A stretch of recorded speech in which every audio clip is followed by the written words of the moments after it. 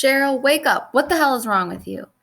Wes took the face of his third and fourth children's mother in his hands and began to shake her. She lay on the couch, saliva dripping out of the corners of her mouth onto her red Gap t-shirt, her pupils dilated and rolling to the back of her head, heroin still flowing through her veins. Wes ran to the kitchen and rushed back to her with a glass of water, splashing some on her face and pouring some down her throat until she came to. This was not the first time that she had gotten high like this, but it was the first time Wes had seen it. Wes had met Cheryl years before while he was still living in Dundee Village. She lived down the street from Alicia in a two-bedroom house with her son. She was older than Wes, already 23 when they met, but a relationship developed. His two children with Alicia came back-to-back, born in 1992 and 1993. His children with Cheryl came in the same fashion, born in 1995 and 1996. "Where did you get this from?" Wes asked, but Cheryl just kept repeating the same response as if they were the only words she knew. "I'm sorry." Wes cursed himself. He knew he had been turning a blind eye to the telltale signs that things were moving in this direction. Just a month ago, he noticed that he was missing money and lectured Cheryl, "Stop bringing your friends into my house if they're going to be stealing my stuff." She agreed, and the conversation had ended, but the problem was not solved. Before that, he'd confronted her after finding a pipe in her closet. "Wes, do you think I would be using while I'm pregnant?" she asked. He'd let the matter drop. His love for her and their kids kept him from seeing the truth that now stared him in the face. Cheryl was an addict. The sight of her coming off her high, stumbling into the bathroom, disgusted Wes. He saw this every day, the people who would line up around the corner for drugs, the people who would do anything to score. He knew these people because he was one who got them what they needed. It was his job. And it pained him to realize that the mother of his children was just like them. Wes grabbed his keys and walked out the door. He wasn't sure where he was going, but he knew he couldn't stay there. Wes was tired of being locked up, tired of watching drugs destroy entire families, entire communities, an entire city. He was tired of being shot at and having to attend the funerals of his friends. He understood that his thoughts contradicted his actions. He had long since accepted that. It was just that this tolerance of his own hypocrisy was wearing thin. He walked down the broken blocks past clusters of abandoned buildings, the glass from shattered windows on the sidewalk, junkies on the steps. He walked for miles through a steady drizzle, trying to clear his mind, while 13-year-olds ran drugs up and down the street. Wes turned down Edmondson Avenue, walking toward his friend Levy's house. Levy was a bit younger than Wes, but had managed to get out of the hustling game a few months back. At first, Wes had been confused by Levy's decision. Why would he give up so much money to go straight? But days like today were making Wes think that maybe Levy was the smart one. The rain began to subside as Wes approached Levy's house. He walked up the stairs and rang the doorbell. When Levy saw Wes, his face lit up. "Wes, what's good, yo?" Levy said with his distinctive Baltimore drawl, a trace of a southern twang with words contracted and vowels swallowed. Come in." Wes sat on the couch in the middle of the room. His shoulders slumped, his eyes downward. "I'm done, man," he said. "I want to get out, do something different with my life, but I'm not sure what. I'm not going back to high school. I'm too old for that, but I'm tired of running these streets." Levy went to the kitchen for a couple of sodas and sat on the couch next to Wes. "Listen, there are definitely some options, but I'm telling you it won't be easy. It will take work and it will take commitment. Even when the days are tough, you got to push through. Feel me?" "Yeah, man, I'm ready to try something, anything." Levy told Wes about Job Corps, a program that he was about to enter. Started in 1964 as a federal initiative, Job Corps was designed to help disadvantaged youth. It was part of Lyndon Johnson's Great Society and was modeled after the Depression-era Civilian Conservation Corps. Levy was hoping to become its newest recruit. Levy would be entering the Job Corps as a high school dropout, but was hoping to leave with a general equivalency diploma, GED, and the skills to help him land a job as a hot water boiler repairman. He knew the pay would be lower than what he was making on the streets, but the work was steady and honest, and he would have more time to give to his family without injury, death, or incarceration looming. Wes told him he would think about it. Levy found a piece of paper and wrote down a date and an address. "This is where to go if you are serious about the Job Corps. Doesn't take much, just come through. They'll handle all the rest." Wes had heard about the Job Corps before. His Aunt Virginia had started Job Corps but didn't finish. She said it was too much like jail. What Levy was talking about seemed different, but Wes wasn't sure which version to believe. As he walked away from Levy's house, Wes pondered other reasons to be doubtful about Job Corps. He had 2 babies' mothers, 4 kids, and his own mother to take care of. Wes stepped along beneath streetlights in a quarter moon. The day was coming to an end, but he knew it would be a long night. Wes looked down at his forearm, at the newest addition to the gallery of images inked on his body. A few weeks back, Wes and 3 of his friends had gone to a tattoo parlor in Baltimore and gotten the same design permanently inked on their bodies, a black devil's head with horns and sinister eyes. His skin had almost healed, but the pain behind the tattoo was as fresh as ever. When the 3 had arrived at the shop, they searched for a symbol that best represented their allegiance to one another, their shared situations. When he was growing up, Wes would occasionally follow his mother to the new Metropolitan Church on Sunday, but even on his sporadic visits, he never felt any connection. He would watch the singing and dancing, cheering and crying, and chalk it all up to theatrics. Wes would wonder if anyone knew who or what they were praying to. Where was God when people didn't make enough money to feed their families? Where was God when kids were selling rocks at 12 years old and their parents encouraged it because the kids were the main breadwinners in the home? Where was God when a young boy came home from a school that was as uninterested in him as he was in it? Where was God when a kid had a question and looked to his friends in the streets for an answer because his father was locked up and his mother was strung out? Wes remembered leaning back into the black padded parlor chair, taking a puff on his blunt as the tattoo artist sealed the ink to his skin. "Fuck God," he said, drawing in a lungful of smoke. "If he does exist, he sure doesn't spend any time in West Baltimore." After agonizing over it, Wes decided to go with Levy to his final Job Corps interview. While there, Wes sat down with a counselor and began a conversation. "Do you have a high school degree?"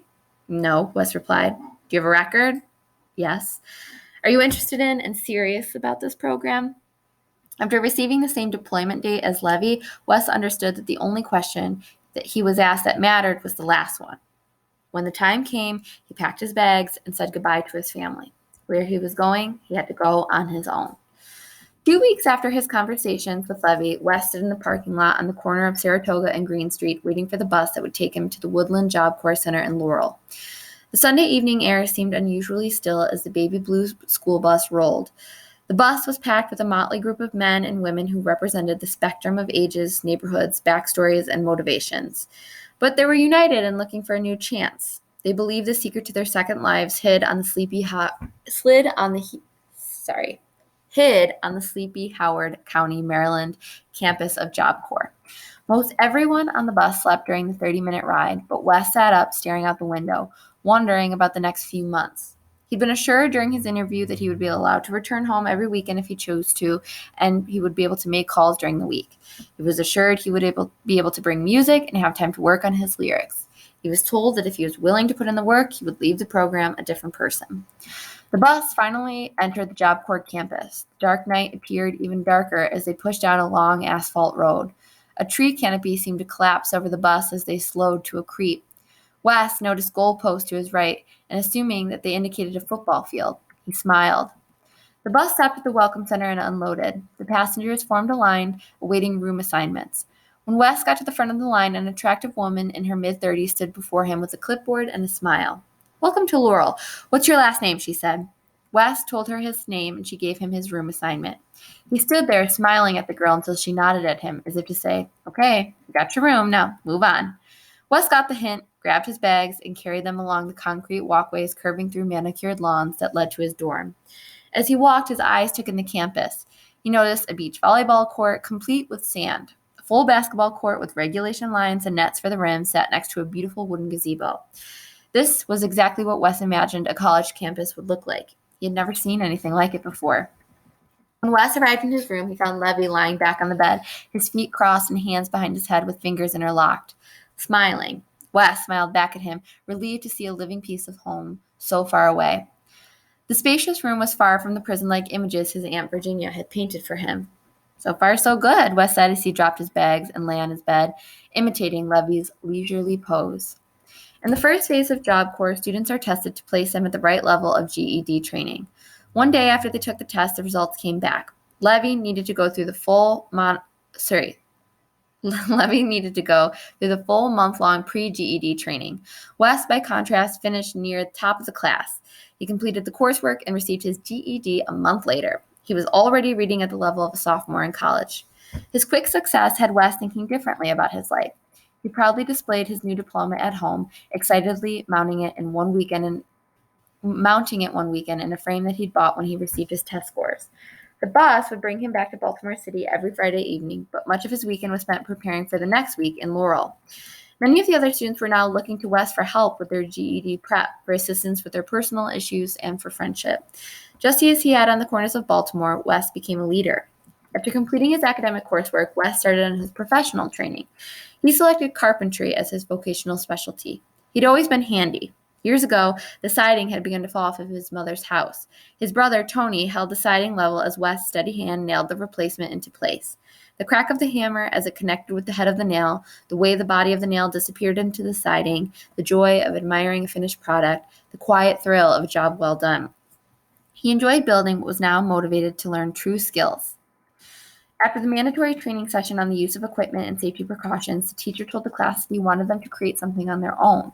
The teacher made Wes laugh. He was thin and balding and full of old jokes, but Wes appreciated his skill and his commitment to his group of young men about whom nobody else seemed to care. As Wes thought about what he wanted to make, the image of his 5-year-old daughter came to mind. For much of her life, Wes had gone. Whether at the Job Corps or behind bars, he had missed many of the milestones in her growing up. The situation at home had become even more tenuous. Cheryl's drug problem had become more consuming and overt. The kids were now basically living with Wes's mom. Cheryl complained but never made a real effort to take the kids back. She knew what everyone around her knew. She was in no position to take care of her own children. Wes had to reconsider what it meant to be a father.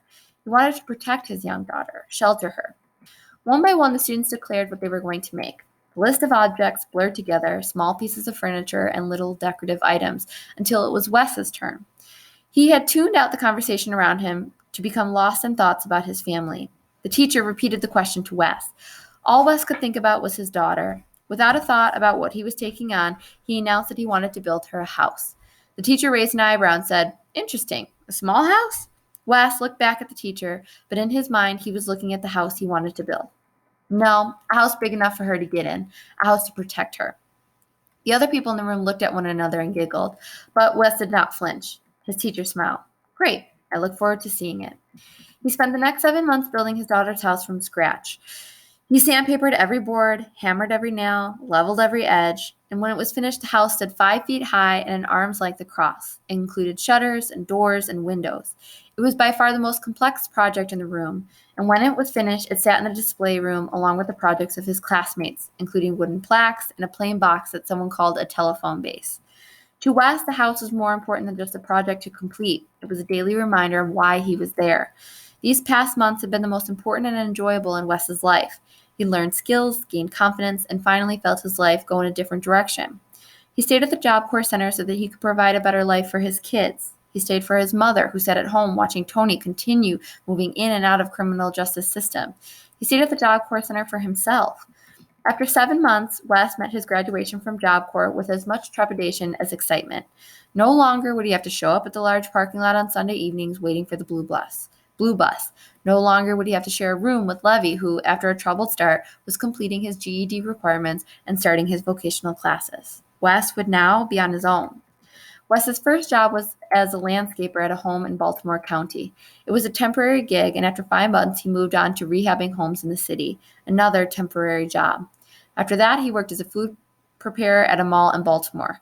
A year after completing the Job Corps training, Wes realized the only consistency in his employment was inconsistency.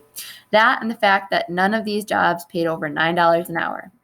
One day after completing his shift chopping vegetables, Wes took a detour on the way home.